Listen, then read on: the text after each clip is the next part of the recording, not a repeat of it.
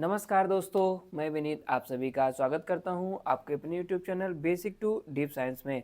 जैसा कि दोस्तों आप जानते हैं कि हम लोग क्लास 10 के लिए विज्ञान पढ़ रहे हैं, जिसमें हमारा चैप्टर नंबर 1 चल रहा है, जिसका नाम है प्रकाश का परावर्तन तथा अपवर्तन। इसके पिछले वाले लेक्चर में हम लोग ने पढ़ा था definition related with spherical mirror, गोली दर्पण से संबंधित कुछ परिभाषाएं, जिसमें हम लोग पढ़े थे बच्चों कि है सेंटर ऑफ कर्वेचर क्या होता है और सेंटर ऑफ रेडियस वक्रता त्रिज्या क्या है। ठीक है बच्चों।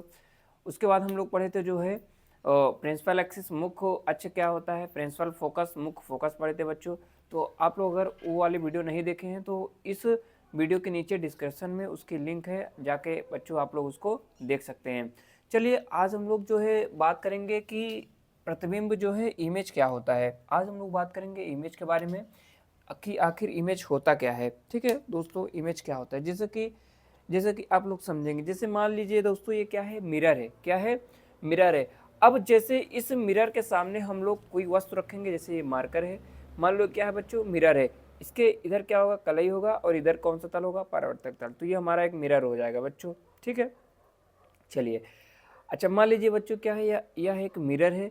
अब जैसे ही इस मिरर के सामने हम लोग कोई वस्तु रखेंगे, जैसे मान लो ये क्या रखा है, मार्कर रखा है। अब इस मार्कर की जो है इस मिरर में क्या बन जाएगी, इमेज, आकृति बन जाएगी। क्या बन जाएगी, आकृति बनेगी। और इसी आकृति को हम लोग क्या बोलेंगे, इसी आकृति को हम लोग बोलेंगे इमेज। क्या बोलेंगे दोस्तों, इमेज बोलेंगे।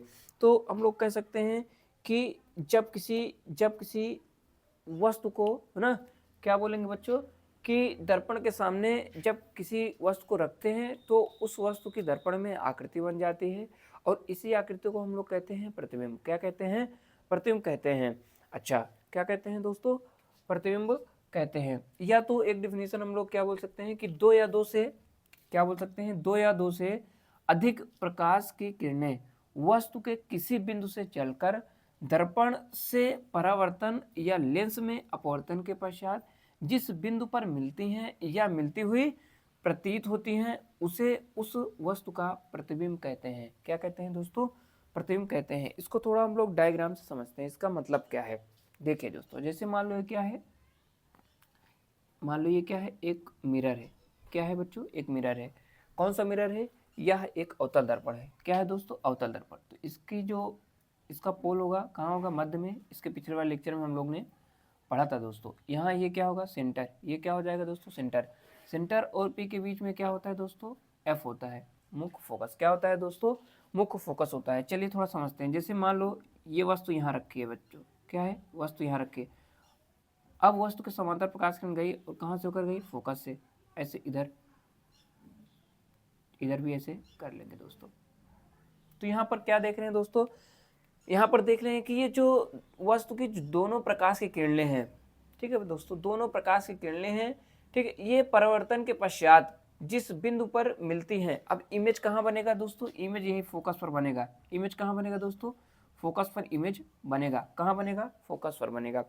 तो यहाँ पर क्या देख रहे हैं बच्चों कि दोनों जो प्रकाश की किरणें हैं वो रिफ्लेक्शन के पश्चात, मतलब परावर्तन के पश्चात कहाँ मिल रही हैं, फोकस पर। कहाँ मिल रही हैं, फोकस पर। तो फोकस पर मिलती हैं तो ये कौन सा क्या हो जाएगा, ये हमारा इमेज हो जाएगा। यहाँ इमेज बनेगा, कहाँ बनेगा, बिंदु पर, मतलब फोकस पर इमेज बन रहा है। तो इसी बिंदु को हम लोग क्या कहेंगे, इसी बिंदु को हम लोग कहेंगे इस वस्तु का, ये जो वस्तु है इस वस्तु का इमेज कहेंगे। इस वस्तु का क्या बोलेंगे दोस्तों, इमेज बोलेंगे।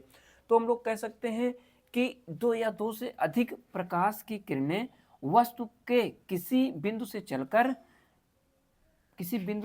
चलकर दर्पण से परावर्तन, अगर दर्पण है तो रिफ्लेक्शन होगा दोस्तों, और अगर लेंस है तो उसमें अपवर्तन होगा दोस्तों। तो यह ब्रैकेट में हम लोग लिख सकते हैं, लेंस में अपवर्तन के पश्चात जिस बिंदु पर मिलती है, जिस बिंदु पर मिलती हैं या मिलती हुई प्रतीत होती हैं। इसका मतलब क्या है, मिलती हुई प्रतीत। इसका मतलब ये है दोस्तों कि अगर हमारा उत्तल दर्पण है, क्या है दोस्तों, उत्तल दर्पण है, तो उत्तल दर्पण में कैसा प्रतिबिंब बनता है, आभासी प्रतिबिंब। कैसा प्रतिबिंब, आभासी प्रतिबिंब। तो वही चीज यहाँ पे, वही का बात हुआ है दोस्तों। तो यहाँ पर मिलती हुई प्रतीत होती हैं तो उसे उस वस्तु का प्रतिबिंब कहते हैं। ठीक, उसे उस वस्तु का प्रतिबिंब कहते हैं दोस्तों। क्या कहते हैं, उसे प्रतिबिंब कहते हैं, इमेज कहते हैं। आशा करते हैं दोस्तों कि आप सभी को समझ में आया होगा। चलिए अब हम लोग समझते हैं कि प्रतिबिंब कितने प्रकार का होता है। तो प्रतिबिंब मुख्यतः दो प्रकार का होता है, एक आभासी प्रतिबिंब और एक क्या होता है, वास्तविक प्रतिबिंब, जिसको रियल इमेज बोलते हैं, और आभासी प्रतिबिंब को क्या बोलते हैं, वर्चुअल इमेज। तो चलिए हम लोग समझते हैं कि वास्तविक प्रतिबिंब और आभासी प्रतिबिंब होता क्या है। ठीक है दोस्तों, वास्तविक प्रतिबिंब और आभासी प्रतिबिंब होता क्या है। वास्तविक प्रतिबिंब को इंग्लिश में क्या बोलते हैं, रियल इमेज बोलते हैं, और आभासी प्रतिबिंब को इंग्लिश में क्या बोलते हैं, वर्चुअल इमेज बोलते हैं। इंग्लिश बहुत ही जरूरी है दोस्तों, तो आप लोग समझ सकते हैं। चलिए हम लोग समझते हैं कि वास्तविक प्रतिबिंब आखिर होता क्या है। तो हम लोग कह सकते हैं कि किसी बिंदु, जैसे यहाँ पर कैसा प्रतिबिंब बन रहा है दोस्तों, यहाँ वास्तविक प्रतिबिंब बन रहा है। कैसा प्रतिबिंब, वास्तविक प्रतिबिंब। हम लोग कैसे पहचानेंगे, देखिए एक बार डेफिनेशन को आप लोग ध्यान से समझेंगे।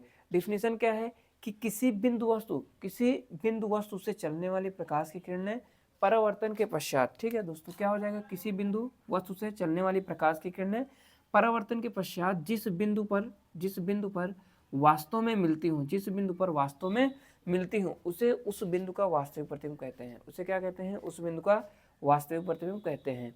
ठीक है दोस्तों, तो यहाँ पर हम लोग लिखेंगे कि किसी बिंदु वस्तु से चलने वाली प्रकाश की किरणें परावर्तन या लेंस में अपवर्तन के पश्चात जिस बिंदु पर वास्तव में मिलती हूँ, उसे वास्तविक प्रतिबिंब कहते हैं। क्या कहते हैं, उसे वास्तविक प्रतिबिंब कहते हैं। तो और यहाँ पर हम लोग एक चीज ध्यान से पढ़ेंगे कि इसे पर्दे पर प्राप्त किया जा सकता है। तो जो हमारा वास्तविक प्रतिबिंब होता है उसे हम लोग पर्दे पर प्राप्त कर सकते हैं दोस्तों। तो यहाँ पर कैसा इमेज बन रहा है, क्योंकि यहाँ वास्तव में दोनों प्रकाश किरणें क्या हो रही हैं, मिल रही हैं, तो इसलिए यहाँ पर कैसा प्रतिबिंब बन रहा है, वास्तविक प्रतिबिंब दोस्तों। कैसा प्रतिबिंब, वास्तविक प्रतिबिंब। चलिए थोड़ा हम लोग और ध्यान से समझते हैं उत्तल में कैसे होता है, उत्तल। ठीक है, उत्तल के बारे में बात करते हैं दोस्तों। ठीक, देखिए यहाँ पर क्या है, यहाँ पर हमारा ध्रुव होता है, यहाँ क्या होता है, सेंटर होता है। इसका सेंटर किधर होगा, इधर होगा दोस्तों। और यहाँ क्या होगा, फोकस, मुख्य फोकस। मान लो यहाँ वस्तु रखी है दोस्तों, अब मुख्य के समांतर चलने वाली प्रकाश किरणें परिवर्तन के पश्चात, इसको ऐसे जाना चाहिए था, लेकिन इसको हम लोग मिला देंगे कहाँ पर, फोकस से, फोकस पर मिला देंगे दोस्तों। ऐसे इसको भी हम लोग मिला देंगे, कहाँ मिलाएंगे, फोकस पर। तो इसका जो इमेज बन रहा है वो कहाँ बन रहा है दोस्तों, फोकस पर बन रहा है। कहाँ बन रहा है दोस्तों, फोकस पर बन रहा है। और कैसा इमेज बन रहा है, आभासी प्रतिबिंब। कैसा, आभासी प्रतिबिंब। क्योंकि जैसे जैसे इस प्रकाश किरण को हम लोग थोड़ा पीछे मिलाएंगे और इस वाले प्रकाश किरण को पीछे मिलाएंगे, तो यहाँ पर हमको क्या दिखाई दे रहा है, यहाँ पर दोनों प्रकाश की किरणें, ठीक है, मुख्य फोकस पर मिलती हुई प्रतीत हो रही है, मुख्य फोकस पर मिलती हुई प्रतीत हो रही है। तो उसे क्या कहेंगे, इसे आभासी प्रतिबिंब कहेंगे। इसे क्या कहेंगे दोस्तों, आभासी प्रतिबिंब कहेंगे। चलिए तो थोड़ा हम लोग आते हैं अब अपने डिफिनीशन पर। डिफिनीशन क्या है दोस्तों, कि यदि किसी बिंदु वस्तु से चलने वाली प्रकाश की किरणें, किसी बिंदु वस्तु से चलने वाली प्रकाश की किरणें परावर्तन या लेंस में, अगर दर्पण है तो उसमें होगा परावर्तन दोस्तों, और अगर लेंस है तो उसमें अपवर्तन होगा।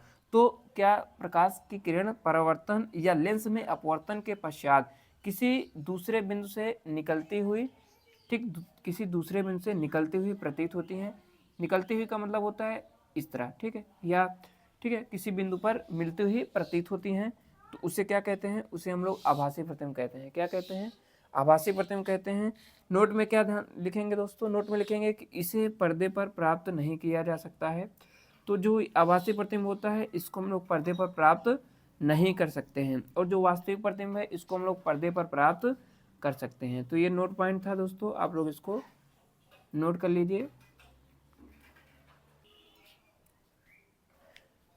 चलिए दोस्तों, आज के लिए बस इतना ही। अब आगे के लेक्चर में हम लोग जो है बात करेंगे कि गोली दर्पण द्वारा प्रतिबिंब का बनाने का नियम जो है, हम लोग 3 नियम उसमें पढ़ेंगे, और उसकी मदद से हम लोग केसेस पढ़ेंगे। क्या पढ़ेंगे दोस्तों, केसेस पढ़ेंगे। अवतल दर्पण द्वारा प्रतिबिंब का बनना, कितने केसेस पढ़ेंगे, 6 केसेस पढ़ेंगे।